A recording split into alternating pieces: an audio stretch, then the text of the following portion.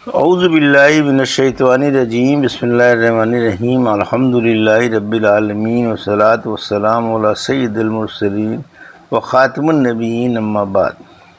صحیح مسلم حدیث نمبر 2305، اردو ترجمہ۔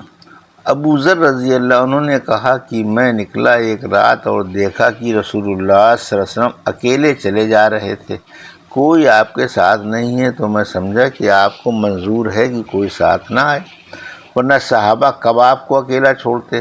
تو میں یہ سمجھ کر چاندنی کے سائے میں چلنے لگا تاکہ حضرت ان کو نہ دیکھیں۔ تو آپ نے میری طرف مڑ کر دیکھا اور فرمایا، یہ کون ہے؟ میں نے عرض کی، ابو ذر رضی اللہ عنہ۔ اللہ مجھ کو آپ پر فدا کرے۔ ابو ذر، اللہ مجھ کو آپ پر فدا کرے۔ آپ نے فرمایا، ابو ذر آؤ۔ پھر آپ کے ساتھ میں چلا تھوڑی دیر، اور آپ نے فرمایا، جو لوگ دنیا میں بہت مال والے ہیں وہ کم درجے والے ہیں قیامت کے دن، مگر جسے اللہ تعالیٰ مال دے اور وہ پھونک پر اڑا دے، دائیں اور بائیں اور آگے اور پیچھے، اور کرے اس مال سے بہت خوبیاں۔ پھر انہوں نے کہا، میں آپ کے ساتھ تھوڑی دیر ٹہلتا رہا۔ آپ نے فرمایا، یہاں بیٹھو، اور مجھے ایک صاف زمین پر بٹھا دیا کہ اس کے گرد کالے پتھر تھے، اور مجھ سے فرمایا کہ تم یہیں بیٹھے رہو جب تک میں لوٹ کر آؤں، اور آپ چلے گئے ان پتھروں میں یہاں تک کہ میں آپ کو نہ دیکھتا تھا، اور وہاں بہت دیر تک ٹھہرے رہے۔ پھر میں نے سنا کہ آپ کہتے چلے آ رہے تھے کہ اگر چوری کر لے اور زنا کر لے۔ پھر آئے تو مجھ سے صبر نہ ہو سکا، اور میں نے کہا، اے نبی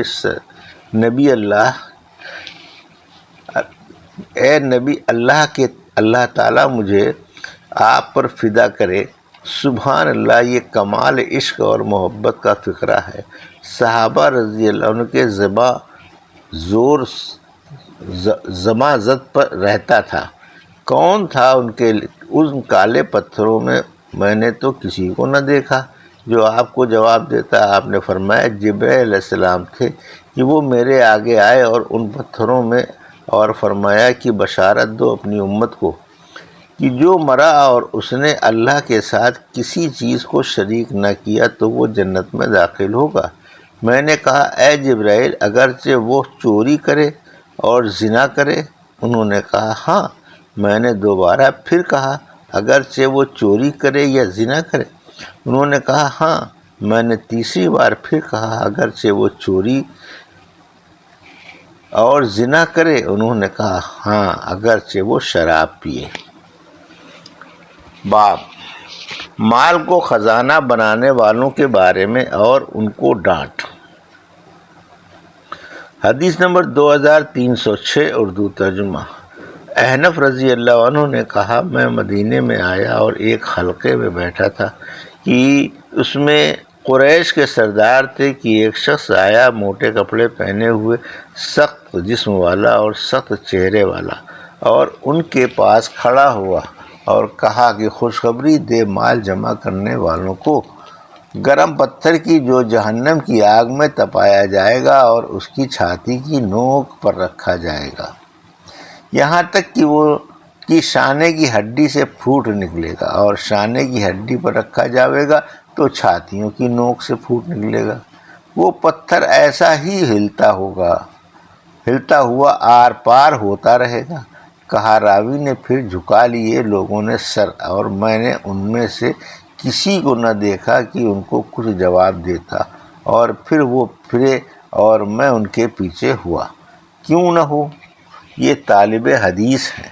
یہاں تک کہ ایک کھمبے کے پاس پہنچ گئے، اور میں نے کہا کہ میں تو یہی خیال کرتا ہوں کہ آپ نے جو کچھ کہا ان کو بہت برا لگا۔ تو انہوں نے فرمایا کہ یہ کچھ عقل نہیں رکھتے، یعنی دین کی۔ اور میرے دوست ابو قاسم صلی اللہ علیہ وسلم نے مجھ کو بلایا، اور میں گیا اور فرمایا کہ تم احد کو دیکھتے ہو؟ میں نے اپنے اوپر کی دھوپ کو دیکھا اور یہ سمجھا کہ شاید آپ مجھے اپنے کسی کام کے لیے وہاں بھیجنا چاہتے ہیں، اور میں نے عرض کی کہ ہاں، دیکھتا ہوں۔ آپ نے فرمایا کہ میں یہ نہیں چاہتا کہ اس پہاڑ کے برابر سونا ہو، اور اگر ہو بھی تو میں خرچ کر دوں، مگر 3 دینار یعنی 3 جن کا اوپر ذکر ہوا کہ قرض کے لیے رکھوں۔ پر یہ لوگ دنیا جمع کرتے ہیں اور کچھ نہیں سمجھتے۔ پھر میں نے ان سے کہا کہ تمہارے اپنے بھائیوں قریش کے ساتھ کیا حال ہے کہ تم ان کے پاس کسی ضرورت کے لیے نہیں جاتے اور نہ ان سے کچھ لیتے ہو؟ انہوں نے کہا مجھے قسم ہے تمہارے رب کی کہ نہ میں ان سے دنیا مانگوں گا نہ دین میں کچھ پوچھوں گا، اس لیے کہ میں ان سے زیادہ جانتا ہوں، یہاں تک کہ ملوں گا میں اللہ سے اور اللہ کے رسول صلی اللہ علیہ وسلم سے۔ حدیث نمبر 2307 اردو ترجمہ عنب بن قیس نے کہا، میں چند لوگوں قریش کے ساتھ بیٹھا ہوا تھا کہ ابو ذر آئے اور فرمانے لگے، بشارت دو کنز جمع کرنے والوں کو ایسے داغ سے جو ان کے پیٹ پر لگائے جائیں گے اور ان کی گدیوں میں لگائے جائیں گے تو ان کی پیشانیوں سے نکل آئیں گے۔ پھر وہ کنارے ہو گئے اور میں نے لوگوں سے پوچھا کہ یہ کون ہیں؟ لوگوں نے کہا یہ ابو ذر ہیں، اور میں ان کی طرف کھڑا ہوا اور میں نے کہا یہ کیا تھا جو میں نے ابھی سنا کہ آپ ابھی کہہ رہے تھے؟ انہوں نے کہا میں وہی کہہ رہا تھا جو سنا میں نے ان کے نبی صلی اللہ علیہ وسلم سے۔ پھر میں نے کہا آپ کیا فرماتے ہیں اس عطا میں، یعنی جو مال غنیمت سے امراء مسلمانوں کو دیا کرتے ہیں؟ انہوں نے فرمایا تم اس کو لیتے رہو کہ اس میں مدد خرچ ہے، پھر جب یہ تمہارے دین کی قیمت ہو جائے تب چھوڑ دینا، یعنی دینے والے تم سے مداہنت فی الدین چاہے تو نہ لینا۔ حدیث نمبر باب سخاوت کی فضیلت کا بیان۔ حدیث نمبر 2308 اردو ترجمہ ابو ہریرہ رضی اللہ عنہ نے نبی صلی اللہ علیہ وسلم سے روایت کی کہ اللہ تعالیٰ فرماتا ہے، اے بیٹے آدم کے خرچ کر کہ میں بھی تیرے اوپر خرچ کروں، اور فرمایا حضرت صلی اللہ علیہ وسلم نے کہ اللہ کا ہاتھ بھرا ہوا ہے، رات دن کے خرچ کرنے سے کچھ کم نہیں ہوتا۔ حدیث نمبر 2309 اردو ترجمہ ابو ہریرہ رضی اللہ عنہ نے کہا، فرمایا رسول اللہ صلی اللہ علیہ وسلم نے کہ اللہ تعالیٰ نے مجھ سے فرمایا کہ تم لوگوں پر خرچ کرو، میں تم پر خرچ کروں گا، اور فرمایا کہ اللہ کا سیدھا ہاتھ بھرا ہوا ہے، کم نہیں ہوتا رات دن کے خرچ کرنے میں۔ بھلا غور تو کرو کہ کیا کچھ خرچ کیا ہوگا جب سے آسمان اور زمین کو بنایا تو اب تک ذرا بھی کم نہیں ہوا جو اس کے سیدھے ہاتھ میں ہے، اور عرش اس کا پانی پر ہے، اور اس کے دوسرے ہاتھ میں موت ہے، اور جس کو چاہتا ہے بلند کرتا ہے، جس کو چاہتا ہے پست کرتا ہے۔ باب اہل و عیال پر خرچ کرنے کا بیان۔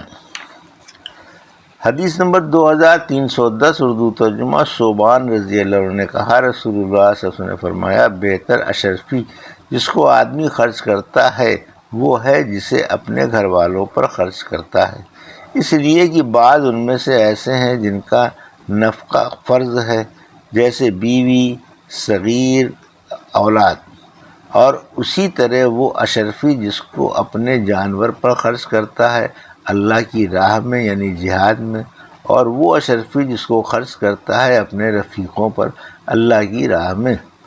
اور ابو قلابہ نے کہا، شروع کیا عیال سے، پھر کہا ابو قلابہ نے کہ اس سے بڑھ کر کس کا ثواب ہے جو اپنے چھوٹے بچوں پر خرچ کرتا ہے یا نفع دے ان کو اللہ پاک اس کے سبب سے اور بے پردہ کر دے ان کو۔ حدیث نمبر 2311 اردو ترجمہ ابو ہریرہ رضی اللہ عنہ نے کہا، رسول اللہ صلی اللہ علیہ وسلم نے فرمایا، ایک اشرفی تم نے اللہ کی راہ میں دی اور ایک اپنے غلام پر خرچ کی، یا کسی غلام کے آزاد ہونے میں دی اور ایک مسکین کو دی اور ایک اپنے گھر والوں پر خرچ کی، تو ثواب کی روح سے بڑی وہی اشرفی ہے جو اپنے گھر والوں پر خرچ کی۔